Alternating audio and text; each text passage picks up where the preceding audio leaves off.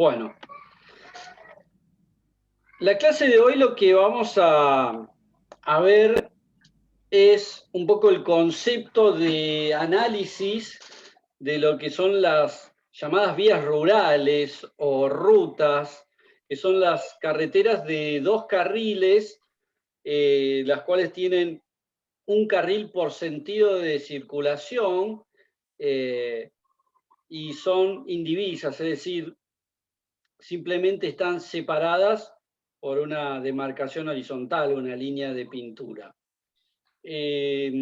Vamos a analizar el concepto, vamos a analizar un poco los principales parámetros de análisis y vamos a ver la metodología que propone el manual de capacidad para poder hacer el estudio de las vías 1+1 o vías rurales.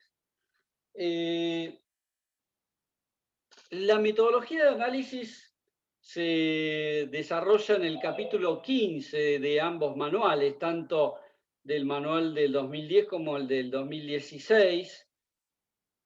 Propone, digamos, una metodología dividida en tres tipologías diferentes de rutas y de alguna manera tiene un alcance, el cual está propuesto en el manual. Por supuesto, siempre el alcance es mientras no supere la capacidad de la vía, entonces sí es posible hacer la aplicación de los modelos matemáticos que predicen los diferentes elementos de análisis. Vamos a hacer una introducción un poco de qué es una vía rural, cuál es su comportamiento, cuáles son los elementos puntuales a los cuales está ligado los parámetros de análisis, y vamos a ver esto de la clasificación que le propone el manual para hacer los análisis. Entonces, conceptualmente, una vía rural es un tipo de vía de uso comercial, ¿no? Es decir, une grandes distancias de ciudades pobladas, grandes centros urbanos, y es utilizada mayormente para transportar tanto mercancías como pasajeros. Son volúmenes bajos de movimiento y de alguna manera nos dan utilidad para poder hacer el desarrollo comercial de la región, el desarrollo económico. Estas vías son de un carril por sentido, por supuesto de calzada de rodamiento pavimentado, y nos pueden dar la posibilidad de desarrollar velocidades a flujo libre. ¿Qué diferencia hay con las vías que veníamos analizando hasta el momento, que eran las autovías y las autopistas? La diferencia es que solo proporciona un carril por sentido de circulación, y para poder hacer el sobrepaso de los vehículos que van más lentos al vehículo del usuario que tiene una velocidad deseada mayor, hay que hacer una maniobra invadiendo el carril de sentido contrario, es decir, comparten los dos carriles de diferente dirección, de direcciones opuestas, la misma calzada, solo separado por una marca vial, ¿no? Es decir, una señalización horizontal. Con lo cual, la posibilidad o la elección que hay para hacer la maniobra de sobrepaso depende de dos o tres factores. El primer factor es la elección del usuario para hacer la maniobra de sobrepaso, es decir, el usuario, el conductor, lo que va a hacer es analizar la distancia que tiene de visibilidad a el vehículo que viene en sentido contrario, y si decide que esa distancia es suficiente para poder hacer la maniobra de sobrepaso, toma la acción de hacer la maniobra, pasar al carril contrario, acelerar, superar al vehículo que quiere pasar y volver al carril de del sentido en la dirección que está viajando. Eso más adelante en las clases que veamos de diseño vamos a ver que tiene un cálculo, esa distancia, pero digamos es una distancia que cada usuario elige tomar o no. Es decir, es una decisión subjetiva. Por otro lado, tenemos otros parámetros que son la geometría de la vía, es decir, muchas veces por más que la distancia al vehículo contrario eh, no sea la suficiente o no, también hay una prohibición de sobrepaso en diversas áreas del desarrollo del camino, que son áreas dispuestas en base a la visibilidad, ¿no? Como por ejemplo las curvas, tanto horizontales como verticales. Si yo no tengo una visibilidad de un vehículo que viene en dirección contraria, tengo una señal de prohibición de sobrepaso, con lo cual no voy a tener el 100% del desarrollo la posibilidad de sobrepaso. Y por otro lado, también otro parámetro que influye en el flujo vehicular es el volumen de vehículos que viene en sentido contrario. Cuanto mayor es ese volumen, menores posibilidades tengo de poder hacer el sobrepaso. Entonces, todos esos elementos hacen que la evaluación y el análisis de este tipo de vías sea diferente al que veníamos trabajando con autopistas y con autovías. El manual propone 3 diferentes tipologías de caminos rurales.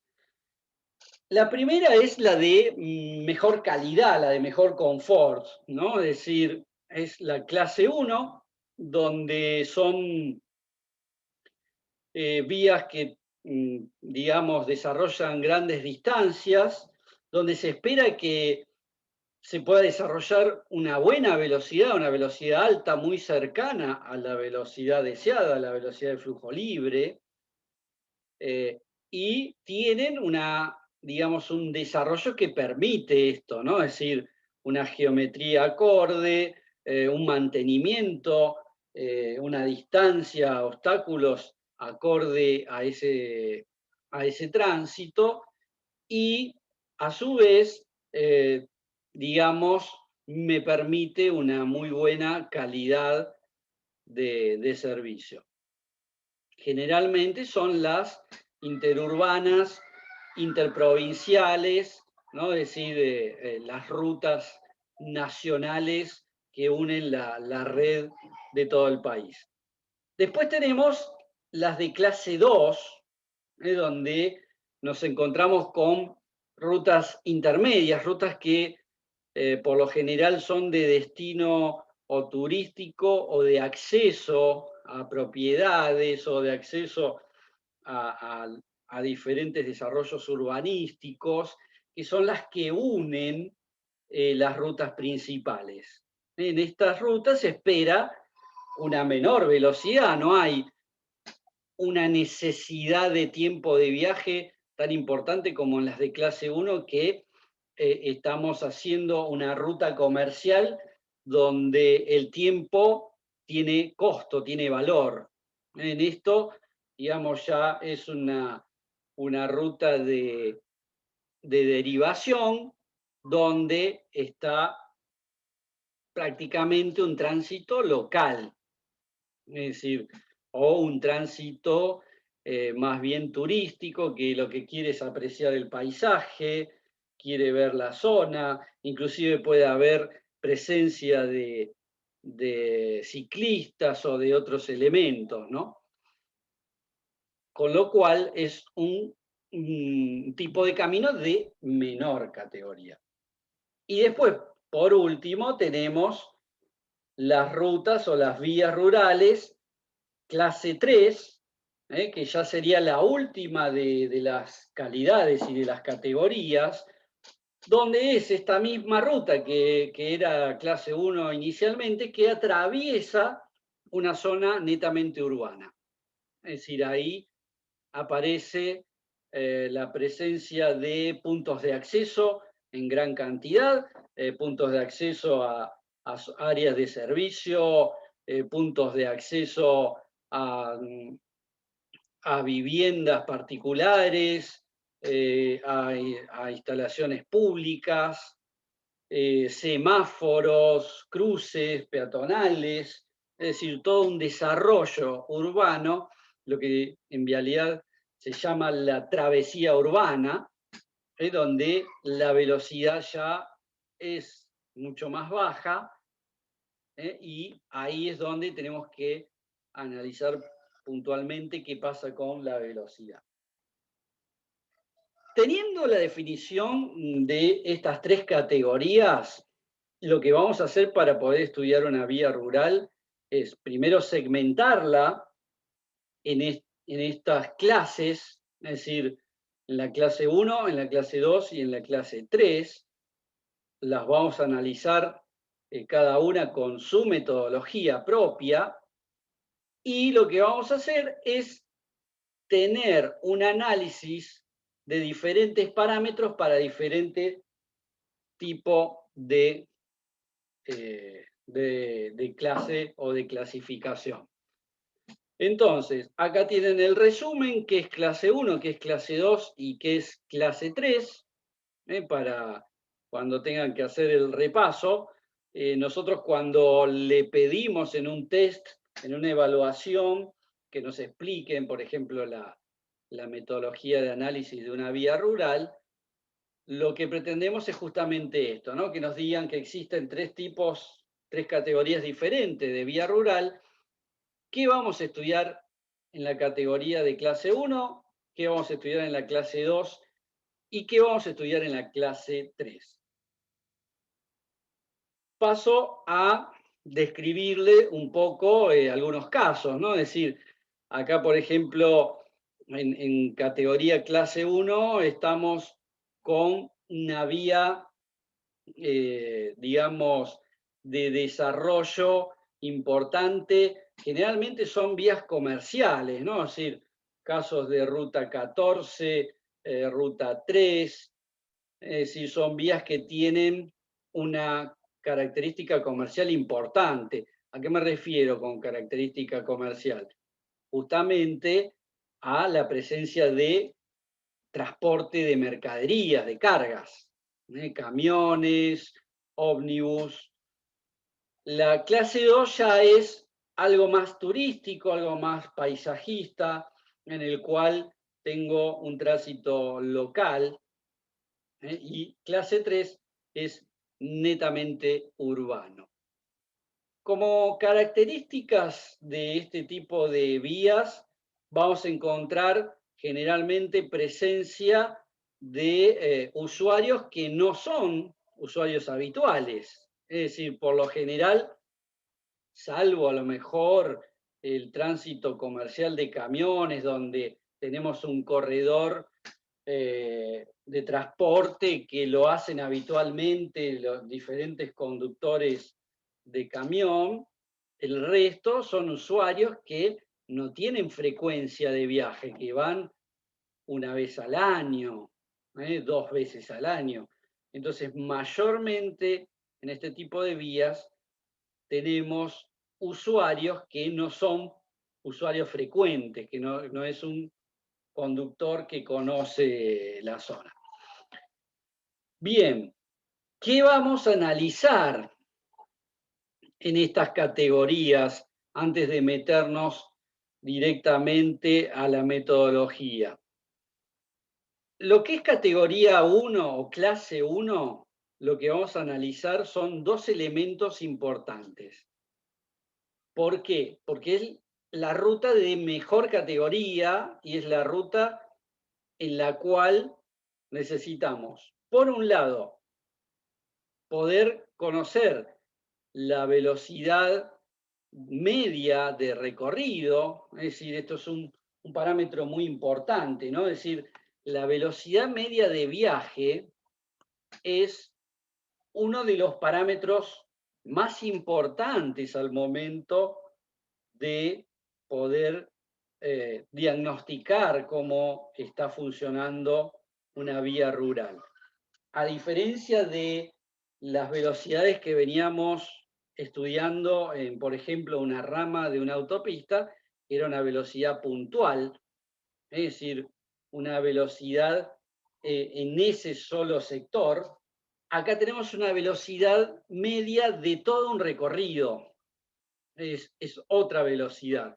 En la bibliografía referida a estudios de velocidad, por ejemplo, del Instituto de Ingenieros de Transporte, hay varios métodos para hacer análisis de velocidad de recorrido, es decir, podemos hacer métodos para estudiar velocidad utilizando un vehículo, la técnica llamada el vehículo flotante. Es decir, lo que hace es usar un vehículo liviano, en el cual lo que hacemos es ir a la velocidad que va el tránsito y tomar tiempos y distancias. Es decir, con un cronómetro vamos cronometrando el tiempo del viaje, puede ser 1 hora, puede ser 2 horas inclusive, y la distancia recorrida con el odómetro del vehículo. Podemos hacer lo mismo en vez de tomar las mediciones con un GPS instalado en el vehículo. Otros métodos son, por ejemplo, el método de chapa patente, donde se eligen corredores donde no haya desvíos y hay un operador en un punto del camino tomando los números de patente. Podemos usar algún equipo que pueda detectar chapa patente con una cámara, o podemos grabarlo por sonido, o registrarlo manualmente en una planilla. Lo que registramos es el número de chapa y el instante o el rango en minutos donde tomamos esa chapa.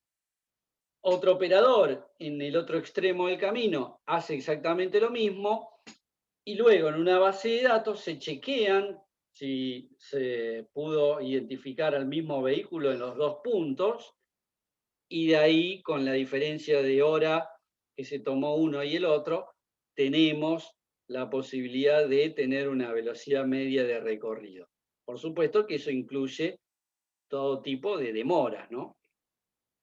Entonces, por un lado es la velocidad media de viaje. Y por el otro es la demora por viajar con un grupo de vehículos que se transforma en un pelotón. ¿Qué es este concepto? Demora de viaje por viajar en pelotón. Este concepto refiere a cuando hay, por ejemplo, un vehículo pesado, un camión, que va a una velocidad baja, quizás vaya a 70 kilómetros por hora o a 60, un camión que no tiene potencia, que está cargado. Ese camión va a esa velocidad, viene un vehículo que se coloca detrás y no puede hacer el sobrepaso porque hay o una prohibición de sobrepaso o porque tiene mucho tránsito del lado contrario. Entonces lo que se forma son pelotones de 4, 5, 6 vehículos que no pueden hacer el sobrepaso. Durante ese momento que no se puede hacer el sobrepaso, que quizás puede ser un tiempo muy largo si las condiciones no lo permiten, se produce una demora, una pérdida de tiempo, es decir, en el manual se denomina pérdida de tiempo por viaje en pelotón, ¿no? Es decir, si yo pudiera ir a una velocidad de 110 kilómetros por hora, no puedo, estoy yendo a 60 kilómetros por hora. Entonces, un viaje que quizás se puede hacer en 45 minutos o 1 hora, termino haciéndolo en 2 horas, debido a las condiciones de circulación. Por más que tenga un vehículo de alta gama que puede desarrollar una velocidad increíble y que tenga una aceleración muy importante en muy poco tiempo, no voy a poder ir más rápido porque tengo o mucho prohibición de sobrepaso, porque hay muchas curvas o muchos puntos ciegos, o porque tengo un gran volumen de vehículos de sentido contrario. Entonces, muchas veces se forman espacios para poder hacer el sobrepaso, pero es tan larga la fila de, por ejemplo, camiones, que no da la distancia para sobrepasar a 4, 5, 6 camiones, ¿no? Entonces, ese es muchas veces cuando empieza a haber un gran volumen de tránsito pesado, la incidencia de estos elementos. Ese parámetro le llamamos pérdida por viaje en pelotón. Y después tenemos, digamos, lo que llamamos la relación de velocidad media de recorrido contra la velocidad de flujo libre. Estos 3 elementos son los que vamos a tomar para poder identificar o diagnosticar cómo está el estado de la vía que estamos analizando. Así que bueno, veamos un poco la introducción a la metodología de análisis. Un concepto previo es que, de alguna manera, cuando tenemos estudios sobre terrenos montañosos o terrenos ondulados donde las pendientes ya superan el 3% en grandes distancias, ya no lo vamos a analizar en este caso como tipo particular de vía rural, sino que lo vamos a analizar como rampa. Es decir, estas son un poco las limitaciones, entre otras, de el alcance que tiene este estudio que se propone en el capítulo 15 de este manual. Bien, dado los conceptos que hemos hablado hasta el momento, vamos a empezar a hacer una introducción en la metodología de análisis.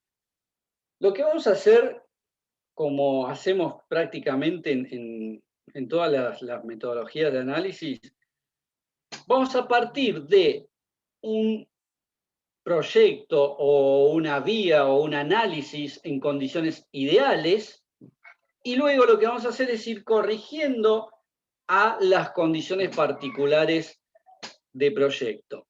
Es decir, nuestras condiciones ideales, ¿cuáles son? Por ejemplo, el ancho de carril que sea 3,60 m. Eso lo dijimos muchas veces, ¿no? Es decir, la condición ideal para el ancho de carril es 3,6 metros. Les puedo llegar a comentar que en nuestro país tenemos muchísimas rutas, muchísimas vías rurales que no tienen ancho de carril 3,6. Es decir, profesionalmente, yo digamos, me dedico mucho a este tema y he medido rutas en muchísimos lugares de nuestro país que tenían ancho 6 metros. Es decir, quiere decir que el carril tiene 3 metros y he encontrado algunas de menos de 6 metros. Es decir, con lo cual no es una locura que se hable de que todos los carriles tienen que tener 3,6 metros. De hecho, hay una gran inversión de las diferentes vialidades que lo que están haciendo es ensanchar las vías actuales, ¿no? Es decir, le están ensanchando 1 metro y construyendo banquinas. Bueno, banquinas justamente 1,80 m para cada lado, que toda la ruta en su totalidad tenga posibilidad de sobrepaso, cosa que es imposible. Esto sí que es ideal puro, porque es imposible que una ruta no tenga curvas, por ejemplo, ¿no?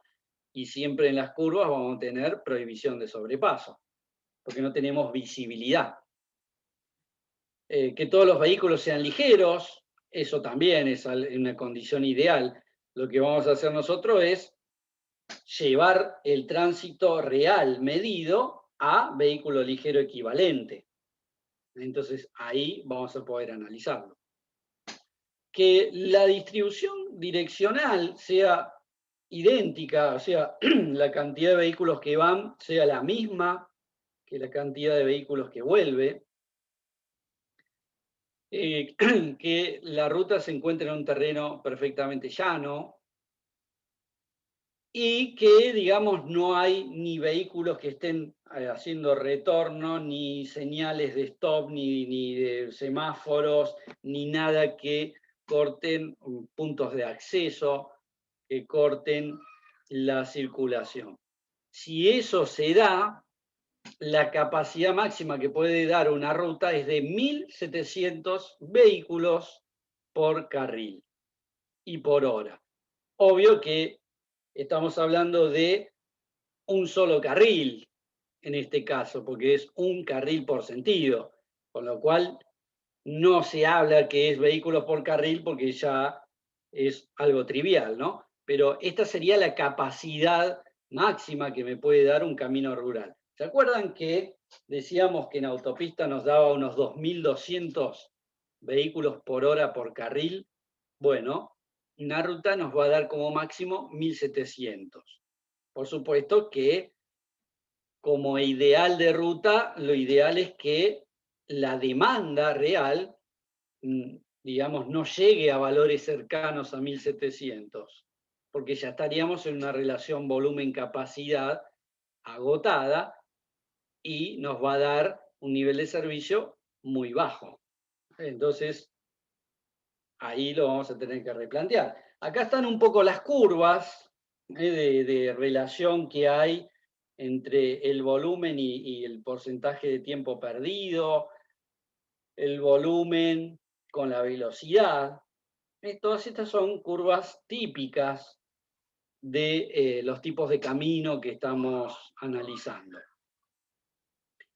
Bueno, para poder hacer el estudio vamos a requerir de datos, ¿no? Esto es un poco la receta de lo que necesitamos para poder hacer el estudio de una vía rural. Es decir, en esta diapositiva ustedes tienen cuáles son los elementos que necesitamos para poder hacer el análisis. Es decir, como lo mencioné antes, son todos los datos geométricos, es decir, ancho de carril, distancia de espejes laterales, zonas de sobrepaso, cantidad de zonas de sobrepaso. Para eso vamos a necesitar una planimetría de la ruta o vamos a tener que ir a medir a terreno. Vamos a necesitar conteos volumétricos o datos de volumen vehicular con cualquier elemento de medición o datos registrados a los cuales yo puedo acceder, por ejemplo, base de datos de vialidad que publica los volúmenes, volúmenes con clasificación para ver el porcentaje de vehículos pesados, esto es muy importante, clasificados también en vehículos de recreo, factor de hora de punta, pendientes, las diferentes pendientes con su inclinación y su longitud. Bueno, todos los datos referidos a demanda, o sea, flujo vehicular, a geometría y tiempos de viaje y velocidades. Si los puedo tomar en campo, mejor, porque son datos fidedignos. Por supuesto, voy a tener que tomarlos con las condiciones y metodologías que se proponen en los manuales de ingeniería, ¿no? Es decir, tengo que seguir una metodología. Esa metodología tiene una muestra mínima a determinar, una metodología de desarrollo y cómo poder hacer el análisis en rangos horarios, por ejemplo, ¿no? Pero si yo sigo esa metodología, podría hacer estudios de campo de velocidad, tanto velocidad de flujo libre, que es la velocidad cuando el volumen tiende a cero, como la velocidad media de recorrido en las condiciones que se encuentra nuestra ruta. Entonces, con toda esta información, voy a comenzar los diferentes procesos. Acá esta es la misma lámina que está puesta en castellano porque una está extraída del manual y otra es la traducción que les hacemos para que ustedes puedan interpretar perfectamente los conceptos si es que no manejan el inglés, que es el original del manual. Entonces, para poder estudiar, ustedes van a tener esta presentación, el PowerPoint, que ya creo que está subido en PDF a la plataforma, y también, por supuesto, apuntes que disponen ustedes que están en castellano. Entonces, bueno, acá está un poquito el listado de elementos que vamos a necesitar y ahora los vamos a ir procesando. Entonces, una vez que desarrollamos y hacemos el estudio de todos los datos, vamos a determinar por segmentos las rutas que son clase 1, clase 2 y clase 3.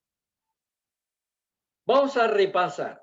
Para clase 1, lo que me interesa es la velocidad media de viaje. ¿Por qué la velocidad media de viaje? Porque importa desarrollar altas velocidades. Acá yo tengo que transportar mercaderías que están ligadas, la velocidad está ligado con el tiempo de viaje y está ligado con el costo por hora de las mercaderías. Cuanto más tiempo pierdo, más dinero pierdo en ese costo y es más costoso lo que se llama el costo de transporte. Entonces, en estas rutas clase 1, necesito saber y estudiar el tiempo medio de viaje, esto que se llama ATS. Average Time Speed es el tiempo de viaje promedio o el tiempo de recorrido. Y por otro lado, porque también es muy importante, es la pérdida de tiempo por viajar en pelotón. Es decir, la pérdida de tiempo por no poder sobrepasar a un vehículo. Me tengo que quedar detrás de ese camión. ¿Cuánto tiempo perdí estando detrás de otro vehículo? Esos son los dos parámetros de importancia para la evaluación de una ruta principal, una ruta clase 1. Para ruta clase 2, no me interesa tanto el tiempo de viaje porque estoy en un momento de paseo, de observación, de ir a un lugar y no necesito velocidad, es un lugar más local. Sí necesito saber la pérdida de tiempo por viajar en pelotón. Eso es el parámetro de importancia para este tipo de vías. Y después, ya por último, para las clase 3, las clases urbanas, lo que necesito de referencia para diagnosticar el estado es la relación que hay entre la velocidad media de recorrido y la velocidad de flujo libre. Es decir, la diferencia de las dos velocidades. Eso es lo que voy a analizar en autopista clase 3. Para cada uno voy a tener un rango de nivel de servicio.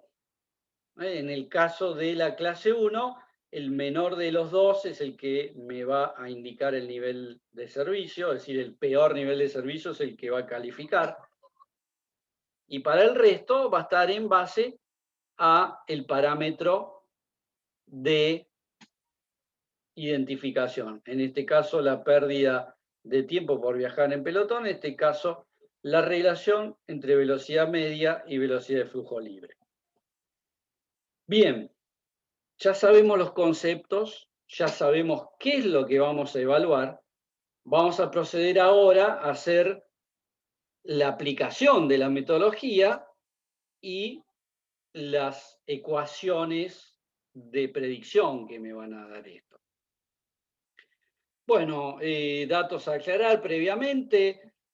Vamos a analizar la direccionalidad, es decir, el volumen de vehículos, la diferencia que hay entre la cantidad que va y la cantidad que viene.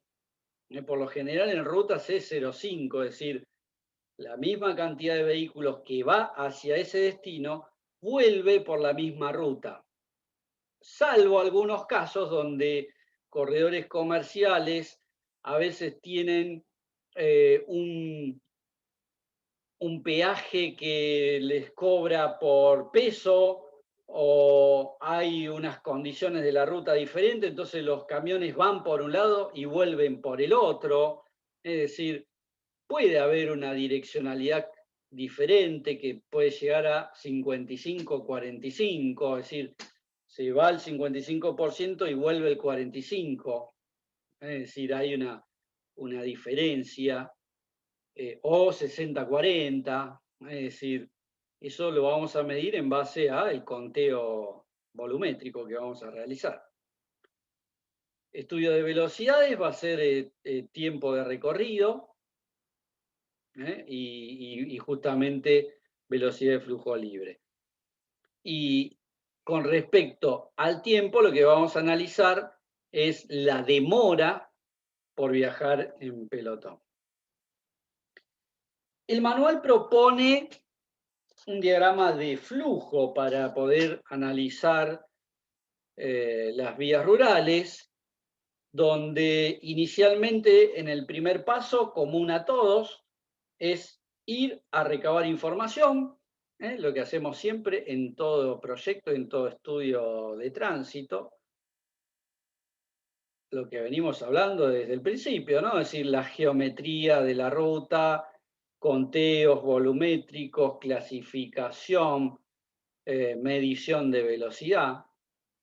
Todo ese paquete de datos que vamos a ir a buscar en cada uno de los segmentos de la ruta, vamos a llegar a un segundo paso donde vamos a estudiar el volumen y lo vamos a adecuar al volumen vehicular a vehículos equivalentes ligeros. Es decir, lo que vamos a hacer es estudiar el flujo vehicular, la demanda, tanto en un sentido de circulación como en el otro, con su clasificación, con su factor de hora de punta, y lo vamos a terminar expresando a ese volumen en vehículo equivalente ligero. Y luego lo que vamos a hacer es, con toda la información recibida y procesada, vamos a analizar para las tres clases de vía, la clase 1, la clase 2 y la clase 3, los diferentes parámetros. Es decir, clase 1, como les dije, vamos a estudiar la velocidad media de viaje más la demora por viajar en pelotón. En la clase 2 lo que vamos a analizar es la demora por viajar en pelotón. Y en la clase 3, o sea, la clasificación 3 de rutas, la diferencia entre la velocidad media de viaje y la velocidad de flujo libre. Esto es lo que propone la metodología. Las tres terminan dando como resultado el nivel de servicio de esta ruta. Entonces, acá tienen el paso a paso que les acabo de mencionar, traducido al español, donde nosotros tenemos esta presentación, les permite tener acceso a el tipo de ecuación y la tabla que van a utilizar en cada paso. Entonces acá ustedes tienen para cada paso de análisis la ecuación vigente en el manual. Eso les da la posibilidad fácilmente de hacer un ejercicio, ¿no? Una aplicación puntual. Entonces, ahora vamos a ver este paso a paso y lo vamos a ver uno por uno, todos estos pasos de análisis, con lo cual vamos a proseguir. Estos son directamente los 8 pasos necesarios para en cada clase de ruta llegar al nivel de servicio. Entonces, lo que les voy a explicar ahora son los pasos completos que yo necesito, es decir, poder determinar la velocidad media de recorrido, poder determinar la pérdida de tiempo en pelotón, poder determinar el cociente entre la velocidad media y la velocidad de flujo libre, determinar volumen, la relación volumen-capacidad, y después vamos a aplicar todos estos parámetros a las diferentes clases para llegar al nivel de servicio. Es decir, yo les voy a explicar todos los parámetros y por último, en el cierre, ustedes tienen que saber qué parámetro voy a usar para cada clase. Acá está un poco el uso de cada uno para cada clase. ¿Ven? Esto es clase 1, esto es clase 2 y esto es clase 3. ¿Se entiende? Es decir, en clase 1 vamos a determinar velocidad media de viaje y pérdida de tiempo por viajar en pelotón. En clase 2 vamos a determinar pérdida de tiempo por viajar en pelotón y en clase 3 vamos a estudiar la relación de velocidad de viaje con velocidad de flujo libre. Vayamos entonces a el desarrollo matemático, ¿no? Es decir, los modelos de predicción de estos elementos. Es decir, nosotros los podemos medir en campo, siguiendo una metodología. Pero también el manual propone un modelo matemático, el cual ha sido desarrollado con investigaciones que vienen siendo realizadas desde los años 60, donde se propone, digamos, un modelo de predicción, un modelo matemático para cada uno de los elementos. Fíjense, lo primero que necesito obtener es la velocidad de flujo libre. ¿Qué es la velocidad de flujo libre? Es la velocidad deseada, la velocidad a la cual el conductor se encuentra en condiciones deseadas, ¿no? Es decir, voy a la velocidad que yo me siento, digamos, bien, me siento correcto viajando a esa velocidad. Es decir, supónganse esos viajes de ruta que si les tocó hacer, donde el comentario es, no había nadie en la ruta, no había nadie en la ruta. Iba a la velocidad que yo quería, que me sentía a gusto. Esa es la velocidad de flujo libre, la velocidad en la cual la carretera me da la posibilidad de desarrollar mi velocidad. Matemáticamente, lo que hace el modelo es proponer una velocidad de flujo libre base que va a estar dada en condiciones ideales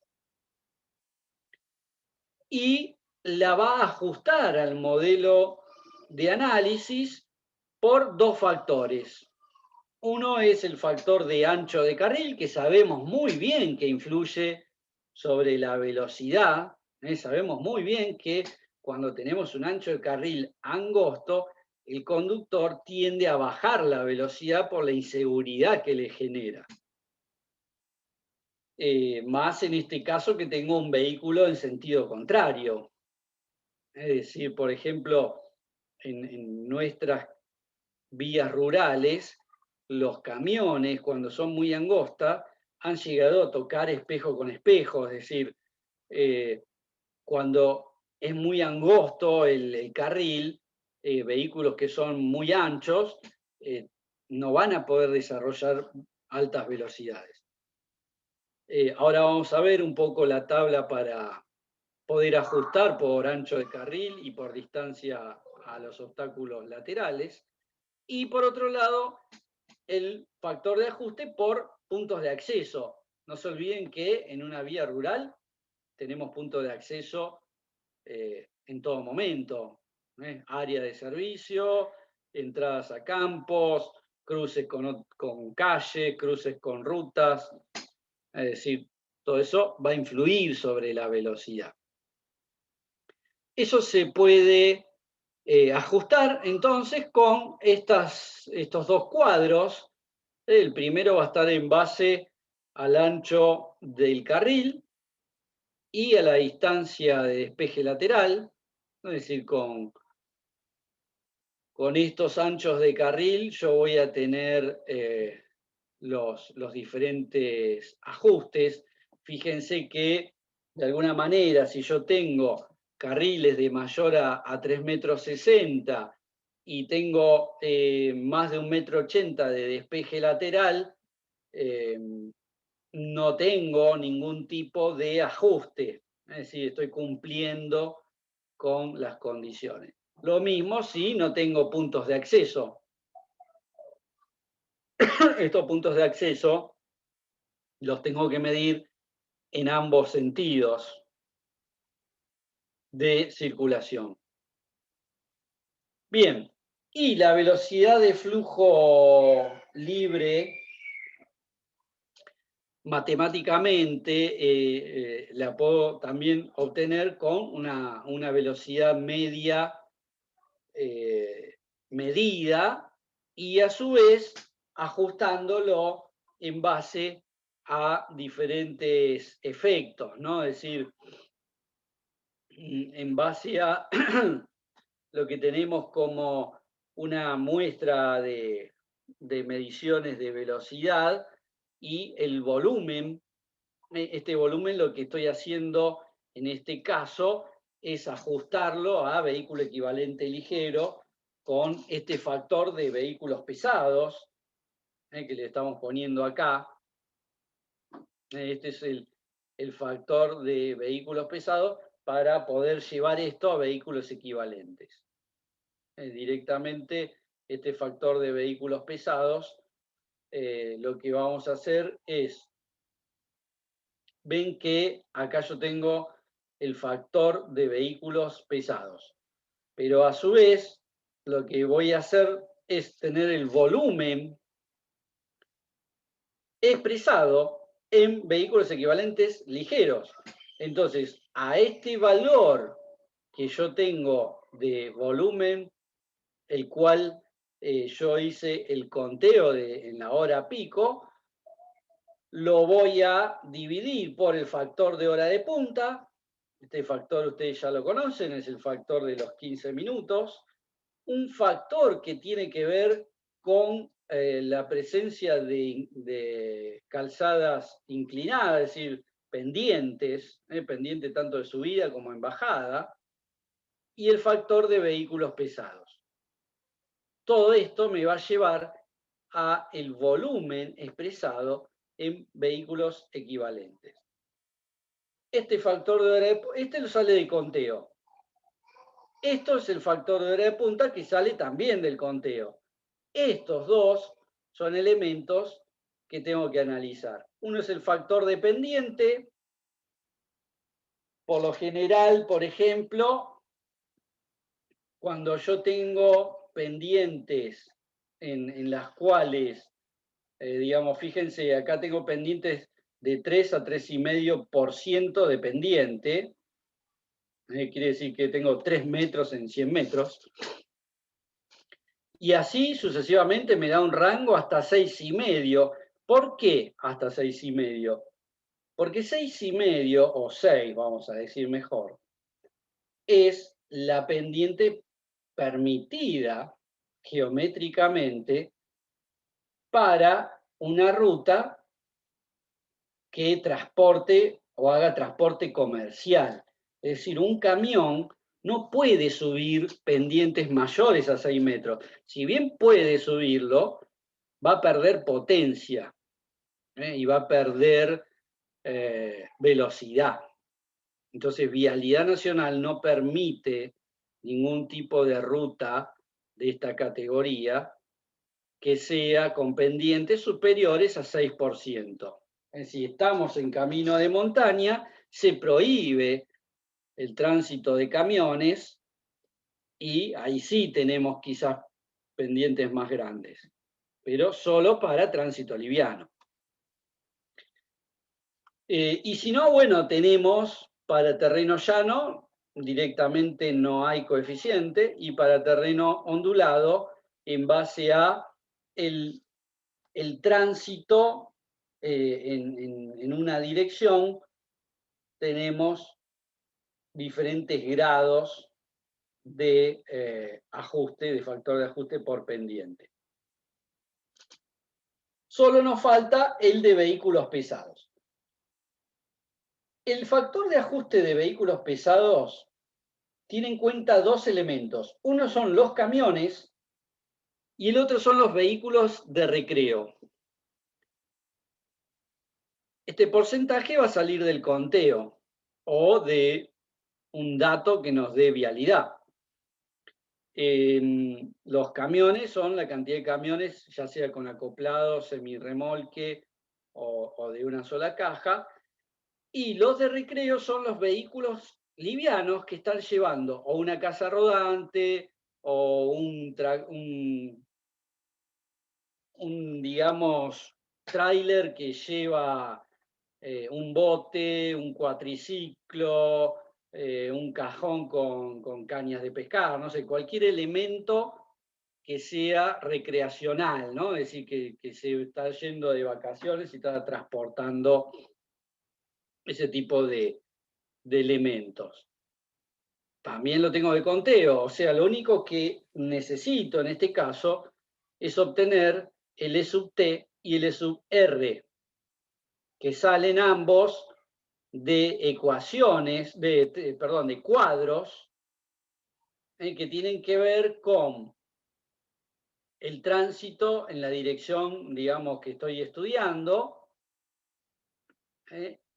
y en todo caso, si tengo terreno llano o terreno montañoso, terreno ondulado, mejor dicho, no montañoso, me está dando factores diferentes.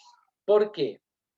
Este factor E sub T es un factor que me está dando la equivalencia de un vehículo pesado con un vehículo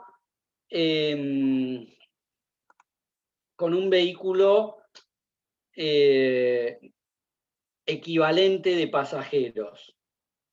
Entonces, ¿qué pasa?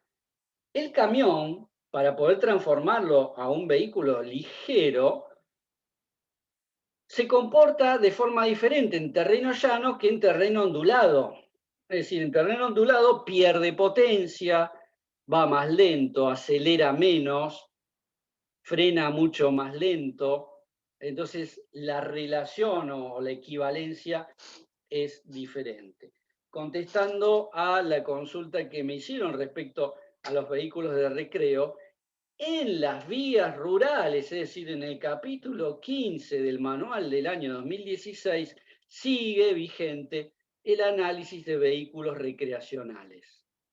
Es decir, en esta evaluación, en la evaluación de vías rurales, sigue en vigencia el uso de vehículos recreacionales. De todos modos, no es tan importante porque apenas es un 10% más de lo que es un vehículo ligero, digamos, ¿no? Entonces, estos valores los pongo en este punto y solo tengo que agregar el porcentaje en valor decimal y ya tengo el factor de vehículo pesado. O sea, ya tengo este factor y ya tengo este factor, directamente tengo el volumen expresado en vehículos equivalentes ligeros. Hasta ahora, ¿qué tengo? tengo la velocidad de flujo libre y tengo el volumen en vehículos equivalentes ligeros. Voy a pasar a hacer el estudio de la velocidad media de recorrido. Bueno, acá están rampas, es decir, el estudio de lo que es el E sub R y el E sub T para rampas tanto en subida como en bajada.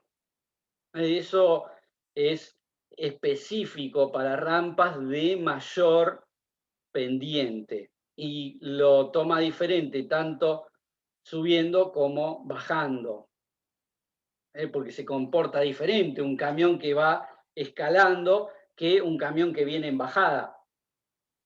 Entonces los porcentajes son diferentes, con lo cual acá los tengo que expresar en forma diferente y los tengo que expresar de manera para cada sector y ponerlos directamente en esta ecuación. Pero entonces ya es un análisis operando ya en zonas onduladas con muchas rampas a velocidad lenta. Bien, entonces, como les decía, tengo el volumen vehicular expresado en vehículos equivalentes y tengo la velocidad de flujo libre. Perfecto, dato de entrada. Ahora recién empiezo a hacer el análisis de los parámetros que van a, de alguna manera, catalogar a nuestra ruta, que es la velocidad media de viaje y la pérdida por viaje en pelotón. La velocidad media de viaje la vamos a calcular en base a la velocidad de flujo libre, que la tenemos calculada en el dato de entrada con las ecuaciones que vimos recién. Los volúmenes, en este caso, la suma tanto de la dirección en la que voy como la dirección contraria, es decir, el volumen total de tránsito en la ruta. Este es el volumen en la dirección que estoy analizando y este es el volumen en sentido contrario. Y le voy a restar un único elemento que es el factor de ajuste por zonas de prohibición de sobrepaso. Es decir, en las vías rurales esta información es importantísima, porque si yo tengo una zona, vamos a decir que tengo una ruta con el 100% de prohibición de sobrepaso, es decir, nunca puedo sobrepasar, la velocidad media de viaje es bajísima, porque voy a ir a la velocidad del vehículo más lento. Entonces, esto es muy importante en el análisis de una vía rural. ¿De dónde lo voy a sacar? De los planos, o voy a tener que ir a campo a medirlo. ¿Qué es lo que voy a medir? Voy a medir la distancia de lugares donde está prohibido el sobrepaso. Justamente es el lugar donde hay doble línea amarilla. La voy a sumar. Estas distancias siempre tomo aquellas que superen los 300 metros, ¿no? Porque si hay un pequeño punto de 300 metros ya no influiría tanto. Pero lo que voy a hacer es sumar todo eso en el total de longitud de la ruta y voy a tener un porcentaje. Será el 20, será el 40, será el 60, el que me dé del análisis. Por lo general tengo la planimetría. Entonces, fíjense, en base a el volumen de vehículos del sentido opuesto y en base a el porcentaje de zonas de prohibición, en este caso puedo tener el 20, el 40, el 60, el 80 o el 100, si tengo el 30 puedo interpolar, voy a obtener el factor de ajuste, entrando en este caso con la velocidad de flujo libre, ¿no? Que la tengo calculada. Entonces, teniendo este factor, obtengo la velocidad media de recorrido en la dirección que estoy analizando. Luego lo que voy a hacer es analizar la velocidad media de recorrido en el sentido opuesto, teniendo exactamente lo mismo. Entonces, acá tengo un primer dato de importancia.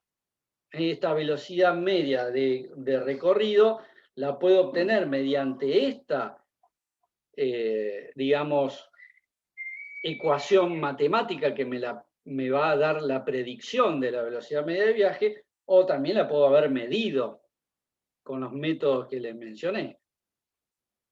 Ya es un primer punto de análisis. Ahora vamos a pasar a la pérdida de tiempo por viajar en pelotón.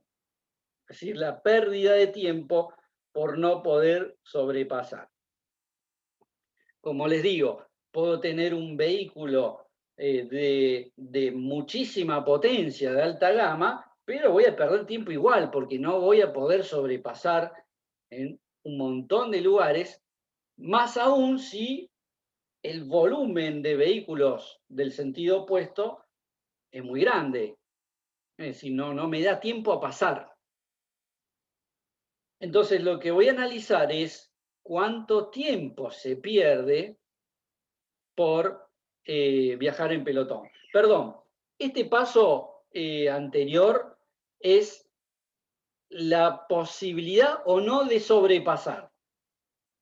Es decir, este paso es un ajuste previo que lo que hago es poder ajustar el volumen de vehículos justamente por tener zonas de prohibición de sobrepaso. Es decir, es un paso que también vamos a necesitar.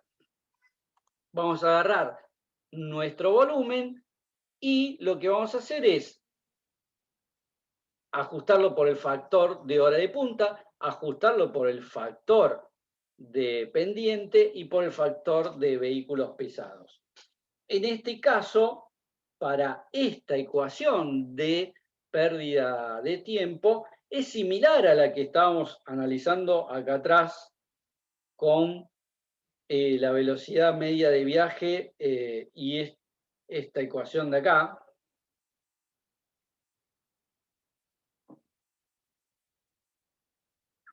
Acá, justamente, ven que es muy similar, pero en este caso vamos a tener tablas diferentes. Entonces, ojo con eso, porque en este punto, cuando analizamos la pérdida por viajar en pelotón, tenemos estas tablas, y estas tablas son diferentes a las anteriores. Entonces, de nuevo, lo mismo, lo que les expliqué antes, es decir, tengo un ajuste por pendiente y un ajuste por vehículo pesado. Acá tengo el ajuste por pendiente en base al volumen de demanda en la dirección de análisis.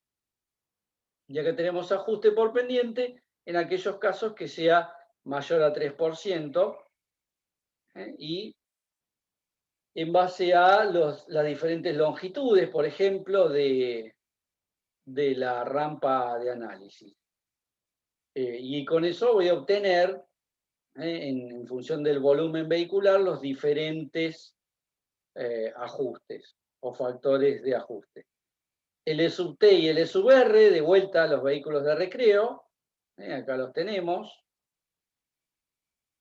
Fíjense que en este caso los vehículos de recreo no tienen incidencia para lo que es viaje en pelotón. Y de vuelta, lo que tenemos, los diferentes análisis para pendiente, en este caso E sub T y E sub R. Entonces, previo a eso, que lo que hacemos es el ajuste, empezamos a calcular la demora por viajar en pelotón. Esa demora va a estar dada por una demora básica que está dada por condiciones que ahora la vamos a ver, por ecuaciones de predicción, va a estar dada por un factor de ajuste por las zonas de sobrepaso y la diferencia entre el volumen de una dirección con el volumen total. Es decir, el porcentaje que hay. ¿Qué está diciendo esto? Me está diciendo el volumen que va en esta dirección, ¿cuánto es del total? Es decir, si es el 30%, bueno, entonces la pérdida de tiempo va a ser un poco menor. Ahora, si es más, va a tomar más fuerza. Entonces, con esta información, fíjense, vamos a tener esto que sale de una ecuación, ahora la vamos a ver, este factor, ahora vamos a ver el cuadro, y estos volúmenes que son los volúmenes que venimos trabajando, es decir, salen de ajustar, como lo vimos antes al principio, ese paso previo que hicimos, este volumen expresado en vehículos equivalente ligero, este volumen para cada uno de los sentidos de circulación, o sea que es directamente hacer el conteo por esos factores, y directamente vamos a tener lo que necesitamos, que es la pérdida de tiempo. Entonces, fíjense, el valor base de pérdida de tiempo está dado por una ecuación de predicción. Esta ecuación de predicción es una ecuación que se ajusta continuamente en base a investigaciones que vienen desarrollándose de muchos años atrás, de estudiar rutas con, digamos, cuestiones similares a cada caso. Se obtuvo un modelo matemático en base logarítmica, donde acá tenemos las variables, y todo depende del volumen de demanda del sentido opuesto. Entonces dice, vas a demorar más cuanto más alto sea el volumen de demanda. Y ya con eso partimos de una demora base. Es decir, ya con la cantidad de vehículos que tenés del lado contrario, ya de entrada tenés tanto por ciento de demora. Ahora, a esa demora base le vamos a sumar una demora para nuestro estudio de, bueno, ¿y cuánto además no podés sobrepasar?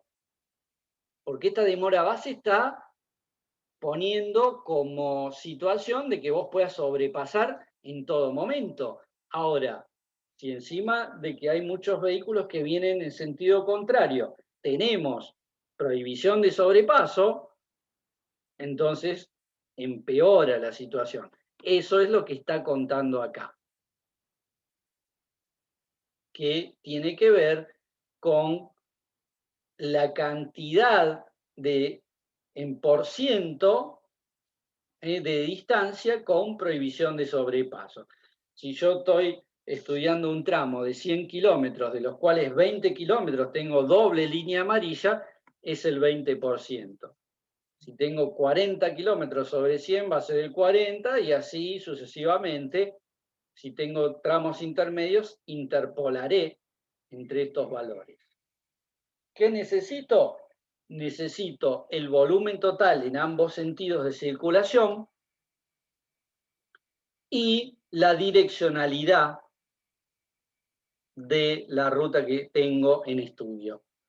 Si es 50 y 50, como en la mayoría de los casos, me va a dar acá el factor de ajuste. Ese factor de ajuste es el que, multiplicado por la relación de volúmenes, va a sumarse a este porcentaje total. Entonces, ya tengo el segundo de los parámetros de importancia. ¿Cuánto tiempo pierdo? Es decir, si mi viaje normal es de 1 hora y yo termino haciendo este viaje en 2 horas, entonces la pérdida de tiempo justamente va a ser el 100%, más del 80%. No sé, hay veces que tenemos rutas que cuando tienen alto volumen pasan a ser directamente más del doble de tiempo de viaje. Entonces, tenemos el porcentaje de demoras y lo que vamos a determinar es, bueno, a ver, creo que esto me estoy yendo para atrás. Acá. Vamos a determinar la relación que hay entre la velocidad y la velocidad de flujo libre. Es el tercer parámetro de importancia, que es el que voy a utilizar en las rutas clase 3. Para eso, ¿qué voy a hacer? Voy a agarrar la velocidad media de recorrido que obtuve en el anterior paso y la voy a dividir por la velocidad de flujo libre que la obtuve al principio de todo. Con eso voy a entrar a las tablas y voy a sacar el nivel de servicio. Es decir, repito, para clase 1 voy a entrar con la velocidad media de viaje y con la pérdida de tiempo por viajar en pelotón.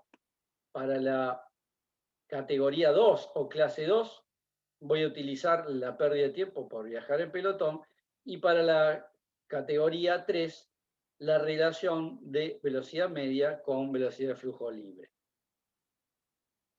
Cada una de estas clases me va a dar un nivel de servicio.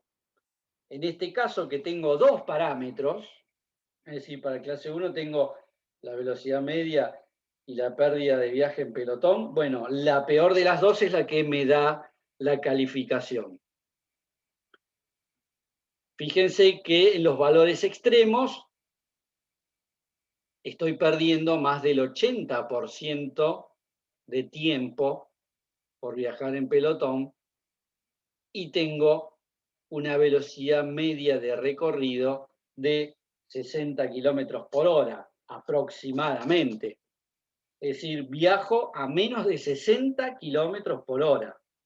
Eso ya sería como lo más bajo que me va a dar una ruta antes de que colapse. Es decir, ya a partir de esos valores vamos a hacer vías 2+2, es decir, ya vamos a eliminar la vía rural 1+1 y vamos a construir un 2+2, que es un poco la política de desarrollo vial que se está utilizando en nuestro país en todas las rutas que unen los grandes centros poblados, es decir, las grandes ciudades o la unión de vías, de rutas que unen las capitales de las provincias. Es decir, mayormente la inversión en infraestructura que se está haciendo hoy por hoy es en transformar las vías 1+1 en 2+2. Para el análisis de clase 2 voy a entrar con la pérdida de tiempo por viajar en pelotón para analizar el nivel de servicio. Y para la clase 3, acá quedó mal la numeración del título, lo que necesito es la relación que hay entre la velocidad media de viaje y la velocidad de flujo libre. Digamos, ¿se acuerdan? La velocidad de flujo libre, en este caso, era la ecuación 15-11 que relacionaba las dos velocidades que había analizado inicialmente. Bien. Acá les dejo una descripción, digamos, de lo que es un nivel de servicio A, un nivel de servicio B, un poco para que tengan más noción de qué se trata, ¿no? Es decir, pero bueno, a grandes rasgos, el nivel de servicio A es cuando tenemos una vía prácticamente libre, podemos desarrollar muy buenas velocidades, y no hay problema de sobrepaso, no hay problema de nada. Ese es el nivel de servicio A. Y ya cuando llegamos a nivel de servicio E, las condiciones ya están muy trabadas y tardamos prácticamente el doble de tiempo en desarrollar el tiempo de recorrido. Es decir, ya eso sería como la última instancia antes de cambiar de categoría. Último elemento que vamos a revisar es la relación volumen-capacidad. ¿Cómo lo hacemos? Bueno, la capacidad ya sabemos que es 1.700 vehículos por hora. Ahora, ¿qué demanda tengo? Bueno, la demanda la conocemos, es el volumen que tengo de demanda, que lo he medido, y lo voy a ajustar para llevarlo a vehículo equivalente ligero, como hicimos antes, por pendiente y por vehículos pesados. Es decir, estos estos elementos que están para obtener el volumen de demanda ya los hice inicialmente. O sea, ya tengo estos valores, tanto iniciales como en pelotón de pérdida de tiempo. Entonces, analizo eso y veo que no estén cercanos a 1. Y ese es el último elemento que voy a analizar en las vías rurales. Con lo cual, bueno, así termina un poco todo lo que es el desarrollo teórico y de ecuaciones. Seguramente vamos a hacer alguna aplicación, más allá de que en el mismo manual, en la última parte del capítulo 15, tienen varios modelos de aplicación y eso les va a dar posibilidad de un poco determinar cómo se hace este elemento. Así que bueno, fin de la clase. No sé, vemos alguna duda, alguna pregunta que quieran hacer o alguna aclaración. Gustavo, no sé, ¿ya tienen previsto algo con este tema? Sí, es bastante complejo este tema, así que vengan con ganas de elaborar la próxima, porque es reiterativo, como vieron en las proyecciones, hay que hacer el cálculo por 4 veces. Así que una en un sentido, otra en el otro, una con la velocidad media de viaje, otra por el tiempo para viajar en pelotón. Son cuatro Claro. veces que hay que repetir el cálculo. Y por cada uno de los segmentos si haríamos un trabajo profesional, ¿no? Sí, Es decir, capaz que en una ruta de 100 kilómetros tenemos 30 segmentos, de los cuales hay que analizarlo 4 veces cada uno.